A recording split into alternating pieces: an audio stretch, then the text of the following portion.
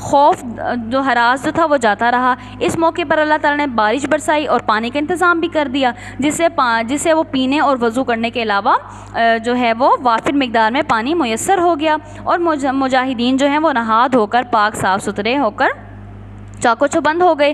بارش سے ریت جم گئی، یعنی کیونکہ جس مسلمان جو ہے وہ جس چٹان پر جس میدان میں موجود تھے وہاں پر ریت ہی ریت تھی، تو ریت پر کیونکہ بھاگنا جو ہے وہ مشکل ہوتا ہے، یا لڑنا، انسان کا پاؤں اندر کبھی دب جاتا ہے، کبھی وہ پھسل جاتا ہے، اس طرح سے ہوتا ہے کہ ٹھیک ہے، مطلب وہ گر جاتا ہے نیچے، اس میں اس کا پاؤں اندر کو چلا جاتا ہے، ریت میں دھنس جاتا ہے۔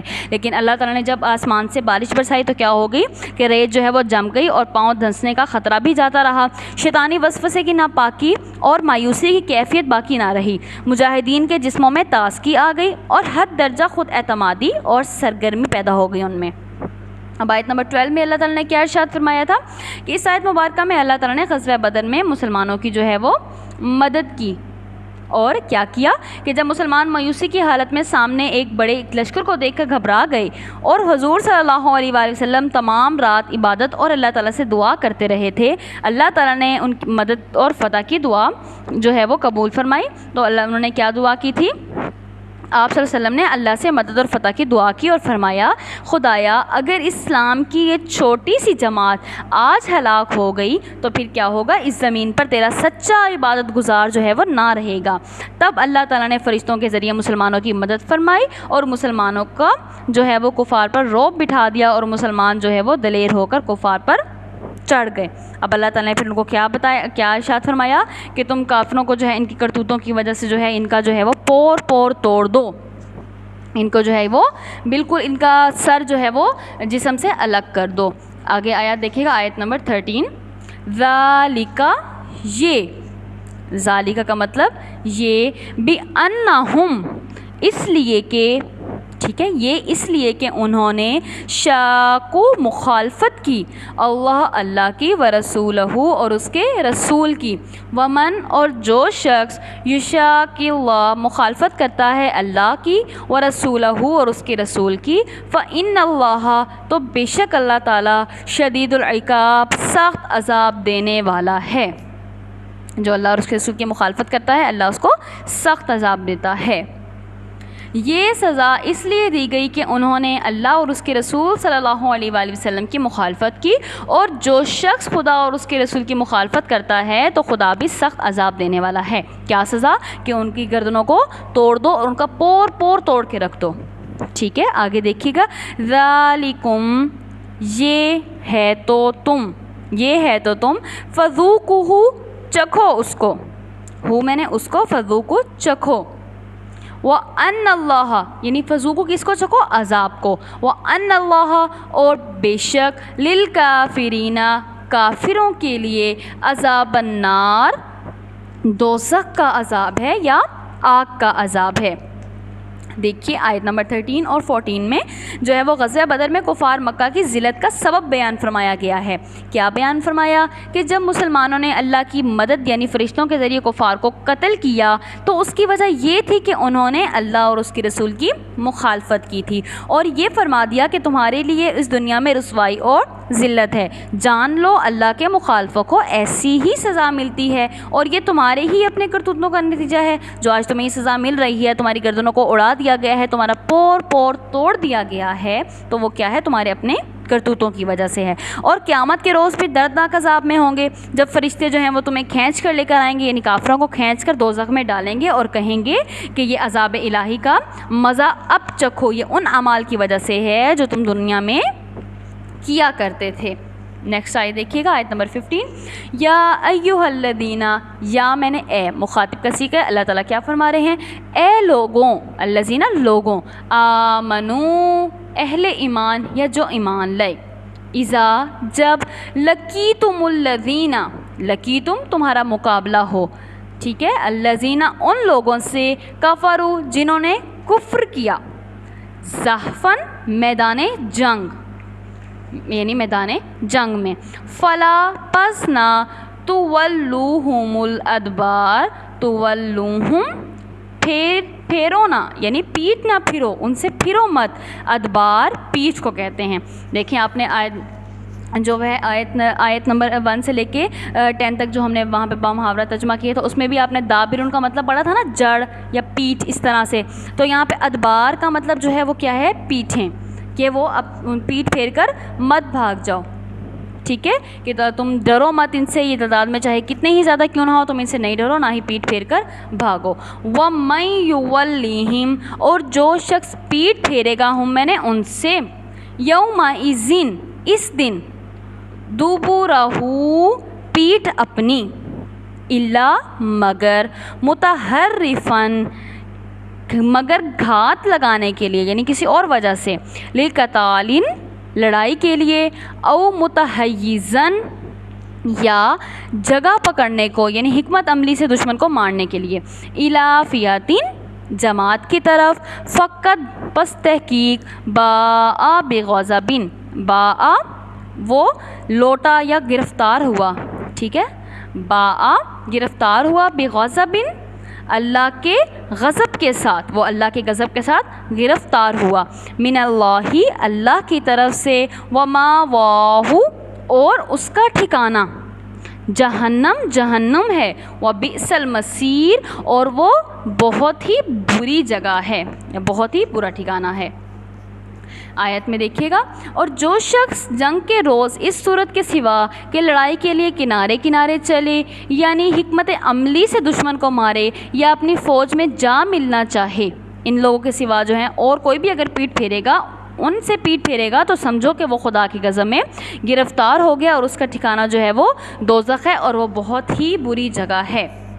اب دیکھیں ان آیت مبارکہ میں اللہ تعالیٰ نے کیا ارشاد فرمایا، جنگ کے بنیادی اصول بتائے. آیت نمبر 15 اور 16 میں اللہ تعالیٰ نے جنگ کے بنیادی اصول بتائے ہیں. وہ کیا اصول ہیں کہ جب مسلمانوں کا دشمنان اسلام سے مقابلہ ہو تو پیٹھ نہ پھیریں یعنی ڈر کے نہ بھاگ جائیں، مگر مراد دانہ طور پر لڑائی کریں. جو شخص ایسے موقع پر بھاگے گا تو وہ گناہ گار ہوگا.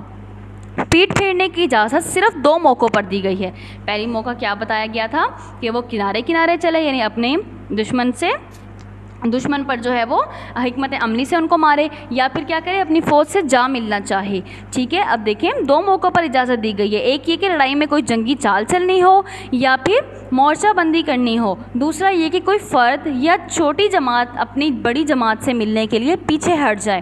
اگر اس کو ایسا کرنے سے منع کیا گیا ہو اور کسی بڑے نقصان کا خطرہ بھی نہ ہو، اس کے علاوہ کسی بھی حال میں جو ہے وہ پیٹھ پھیرنے کی اجازت اللہ نے نہیں دی. جو ایسا کرے گا وہ اللہ کے غضب کو دعوت دے گا، دنیا میں بھی رسوائی ہوگی اور آخرت میں بھی اس کو دوزخ کے عذاب میں ڈالا جائے گا. اور دوزخ کا عذاب تو بہت ہی برا ہے اور وہ بہت برا ٹھکانہ ہے دوزخ. آگے آیت دیکھیے گا، فلم پس تم. ٹھیک ہے، آیت نمبر 7 جو ہے 17 ہم پڑھتے ہیں اس کی تلاوت. فلم پس تم تقتلوہم قتل کیا، فلم پس نہیں، تقتلوہم قتل کیا ان کو یعنی تم نے ان کو قتل نہیں کیا. کن کو؟ کافروں کو. فلم پس نہیں، تقتلوہم نہیں قتل کیا ان کو. ٹھیک ہے، تم نے، تا میں نے تم ضمیر، ہم میں نے ان کو. ولیکن اللہ لیکن اللہ نے قتلہم ان کو قتل کیا. ٹھیک ہے، اب اس آیت کا کیا مطلب ہے آپ کو بھی اس کی تشریح میں بتائی جائے گی. وما اور نہیں، وما اور جب، رمیتا پھینکا تم نے، اس رمیتا جب پھینکا، ولیکن اللہ اور لیکن وہ اللہ نے رما پھینکا. اے محمد صلی اللہ علیہ وآلہ وسلم جس وقت تم نے کنکریاں پھینکی تھیں وہ تم نے نہیں بلکہ وہ تو اللہ نے پھینکی تھی. یعنی وما رمیتا اور نہیں پھینکی جب پھینکی آپ نے، لیکن وہ اللہ نے پھینکی. کیا پھینکی؟ کنکریاں. ٹھیک ہے، وَلِيُبْلِيَ الْمُؤْمِنِينَ وَلِيُبْلِيَ تاکہ آزمائے، مؤمنین مومنین کو، منہ اس سے، بلاءً حسنہ آزمانا اچھے طریقے سے، یعنی مومنین کی آزمائش کو اچھے طریقے سے آزما لے. ان اللہ بے شک اللہ تعالی سمیع علیم سنتا ہے اور جانتا ہے.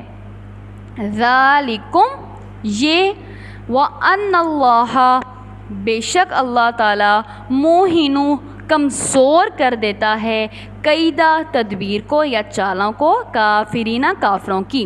بے شک اللہ کافروں کی چالوں کو کمزور کر دیتا ہے. دیکھیے اب آیت نمبر جو ہے وہ 17 میں اللہ تعالیٰ کیا ارشاد فرما رہے ہیں کہ مارکے بدن میں جو ہے کفار مکہ پوری تیاری کے ساتھ اسلام کے ماننے والوں کو مٹانے کی نیت سے وہ آئے تھے۔ بظاہر تو کوئی مقابلہ نہ تھا، ایک طرف تو 313 مجاہدین اسلام جو ظاہری وسائل سے محروم تھے، ان کے پاس ایسے کوئی وسائل نہیں تھے، جبکہ دوسری طرف کفار کا 1000 پر مشتمل لشکر جو پورے سامان جنگ سے آراستہ تھا۔ خود حضور صلی اللہ علیہ وآلہ وسلم اضطراب کی کیفیت میں تھے، یعنی گھبرا رہے تھے۔ آپ صلی اللہ علیہ وآلہ وسلم نے اللہ کا اشارہ پا کر مٹھی بھر کنکریاں اٹھا کر لشکر کفار کی جانب اچھال دیں۔ یہ کنکریاں دشمن کے ایک ایک سپاہی کی آنکھوں میں پڑ گئیں، اللہ کی طرف سے وہ زیادہ ہو گئیں اور ایک ایک کافر کی آنکھ میں پڑ گئیں، ٹھیک ہے، اور شکست ان کا مقدر بنی۔ حضور صلی اللہ علیہ وآلہ وسلم کے اس مبارک فعل کو اللہ تعالیٰ نے اپنا فعل قرار دے کر ایک طرف تو آپ نے محبوب سے اپنائیت کا اظہار کیا ہے، اور دوسری طرف کیا بتایا کہ لوگ کہ گویا ہاتھ آپ صلی اللہ علیہ وسلم کے تھے، لیکن اس کے پیچھے جو ہے وہ قوت کس کی تھی؟ اللہ تعالیٰ کی موجود تھی۔ آیت نمبر 18 میں اللہ تعالیٰ نے کیا فرمایا کہ کفار کو اپنی کثرت اور سامان جنگ پر ہی بھروسہ تھا، اور اس بات کو بھول گئے تھے کہ جنگوں کے فیصلے لشکروں کی قلت اور کثرت پر نہیں ہوتے، بلکہ وہ کیوں ہوتے ہیں؟ ان کے اللہ تعالیٰ کی تقویت اور ان کی مدد کی بنا پر ہی ہو سکتا ہے۔ یہ در حقیقت فتح اور شکست تو اللہ کے ہاتھ میں ہوتی ہے، جسے چاہتا ہے وہ عزت دیتا ہے اور جسے چاہتا ہے ذلت دیتا ہے۔ غزوہ بدر میں بھی یہی ہوا کہ کفار کو باوجود کثیر تعداد کے جو ہے وہ جنگی ساز و سامان سے بھی وہ لبریز ہونے کی وجہ کی ان کے پاس وہ بھی ساز و سامان بھی مسلمانوں کے مقابلے میں زیادہ تھا، لیکن اس کے باوجود بھی ان کے ساتھ اللہ کی مدد نہیں تھی، بلکہ اللہ کی مدد جو تھی وہ مسلمانوں کے ساتھ تھی۔ اس آیت کے اس حصے میں اس حقیقت کی طرف اشارہ کیا کہ کامیابی اور کامرانی جو ہے وہ حق پر لوگ ہوتے ہیں ان کے ساتھ ہی ہوتی ہے۔ یہ اللہ کا انعام ہے جو انہی کو حاصل ہوتا ہے جو کہ حق پر ہوتے ہیں۔ رہے باطل اور بت پرست تو یہ ذلت اور شکست ان کا مقدر ہے، جسے جو ہے وہ پیچھا نہیں چھڑا سکتے، اگرچہ وہ لوگ جتنی مرضی ہی چالیں مسلمانوں کے خلاف کیوں نہ بنا لیں، تو وہ اللہ تعالیٰ ان کی چالوں کو جو ہے وہ کمزور کر دیتا ہے، ان کی چالوں کو زیادہ چلنے نہیں دیتا۔ آگے دیکھیے آیت نمبر 19، اگر تستفتحوا تم فتح چاہتے ہو فقط پس تحقیق جاءکم آ گئی تمہارے پاس فتح، یعنی اگر تم محمد صلی اللہ علیہ وآلہ وسلم پر فتح چاہتے ہو تو جان لو کہ تمہارے پاس جو ہے وہ فتح آ چکی ہے۔ وَإِن تَنْتَهُوا، اور اگر باز آ جاؤ، اگر تم اپنے افعال سے باز آ جاؤ، فہوا، پس وہ خیرٌ، بہتر ہے، لکم، تمہارے لیے۔ اگر تم اپنے افعال سے اپنی حرکتوں سے باز آ جاؤ تو تمہارے حق میں بہتر ہے۔ وَإِن تَعُودُوا، اور پھر اگر تم لوٹو گے یا نافرمانی کرو گے، نعود، لوٹنا، ولن، اور ہرگز نہیں، تغنیہ، فائدہ دے گی، عنکم، تم کو، فیاتکم، تمہاری جماعت، شیئا، کچھ بھی، ولو کا صورت، اگرچہ وہ تعداد میں کثیر ہی کیوں نہ ہو، وَأَنَّ اللَّهَ، اور بے شک اللہ تعالیٰ، مع المؤمنین، مومنین کے ساتھ ہے۔ اگر تم محمد صلی اللہ علیہ وآلہ وسلم پر فتح چاہتے ہو تو تمہارے پاس فتح آ چکی ہے۔ دیکھو، اگر تم اپنے افعال سے باز آ جاؤ تو تمہارے حق میں بہتر ہے، اور اگر پھر نافرمانی کرو گے تو ہم بھی پھر تمہیں عذاب کریں گے، اور تمہاری جماعت خواہ کتنی ہی کثیر کیوں نہ ہو تمہارے کچھ کام نہیں آئے گی یا نہ آئے گی، اور خدا تو مومنوں کے ساتھ ہے۔ دیکھیے ان آیات مبارکہ میں جو ہے وہ غزوہ بدر میں جو مسلمان اور مشرکین مکہ کے درمیان ہوا، غزوہ بدر مسلمان اور کن کے درمیان ہوا؟ مشرکین کے درمیان۔ اس موقع پر ابو جہل نے دعا کی تھی کہ خدایا دونوں گروہوں میں سے جو دین تجھے پسند ہے اس کے ماننے والے کو فتح نصیب کر۔ اس آیت مبارکہ میں اللہ تعالیٰ نے کفار سے فرمایا جو بات تم چاہتے ہو، یعنی اللہ اس کو فتح دے جو دو جماعتوں میں سے حق پر ہے، تو وہ ظاہر ہو چکی ہے، اللہ نے اہل حق کو فتح دے دی۔ اور اگر مسلمانوں کے ساتھ ظلم نہ کرو اور صرف دین کے اختلاف کی بنا پر مسلمانوں کی ہلاکت کے در پہ نہ ہو تو تمہارے لیے اس میں بہتری ہے، اور تم نے یہ تو دیکھ ہی لیا ہوگا کہ تمہاری جماعت کتنی ہی کثیر میں تھی، اس کے باوجود بھی اسے تمہیں کوئی فائدہ حاصل نہ ہو سکا، اور مسلمانوں کی چھوٹی سی جماعت تم پر غالب آ گئی، کیونکہ اللہ تعالیٰ ان کے ساتھ ہے اور ان کی مدد کا اللہ نے وعدہ کر رکھا تھا۔ اگر آج بھی مسلمان صحابہ کرام رضی اللہ تعالیٰ عنہ جیسا ایمان پیدا کر لیں، یعنی اگر آج کے مسلمان جو ہے وہ صحابہ کرام جیسا اللہ پر توکل اور بھروسہ رکھیں، تو کوئی وجہ نہیں کہ آسمان سے فرشتے ان کی مدد کے لیے نہ آئیں۔ یعنی یہ صرف اللہ کی مدد جو ہے وہ اس وقت تک کے مسلمانوں کے لیے نہیں تھی، بلکہ آج کے مسلمان بھی اگر اللہ پر ایسے ہی بھروسہ رکھیں اور دین کی سربلندی کے لیے کفار سے آمنے سامنے ہوں، تو ان کی بھی کامیابی جو ہے وہ مشروط ہے، اللہ تعالیٰ ان کو بھی ضرور کامیابی عطا فرمائے گا۔ ان آیات سے ریلیٹڈ جو ہیں وہ الفاظ معنی ہیں، ان کو آپ ایک دفعہ آپ کو ریڈ آؤٹ کروا دیتی ہوں، آپ نے اس کو ترجمے کے ساتھ اچھے سے ان کو بھی یاد کرنا ہے۔ یغشی وہ ڈھانپ دیتا ہے یا طاری کر دیتا ہے، دونوں اس کی میننگ ہے، کوئی بھی ایک آسان آپ کر لیجئے گا۔ النعاسا اونگ یا غنودگی۔ آگے دیکھیں، رجس الشیطانی شیطان کی نجاست، الاعناقی گردنیں، بنان پور پور یا جوڑ جوڑ، ان میں سے کوئی بھی آسان آپ ترجمہ کر سکتے ہیں۔ زحفن لشکر کشی کی صورت میں، متحرفن للقتال جنگی چال کے طور پر، متحیزن الی فیاتن کسی جماعت سے یا کسی فوج سے جا ملنے کے لیے۔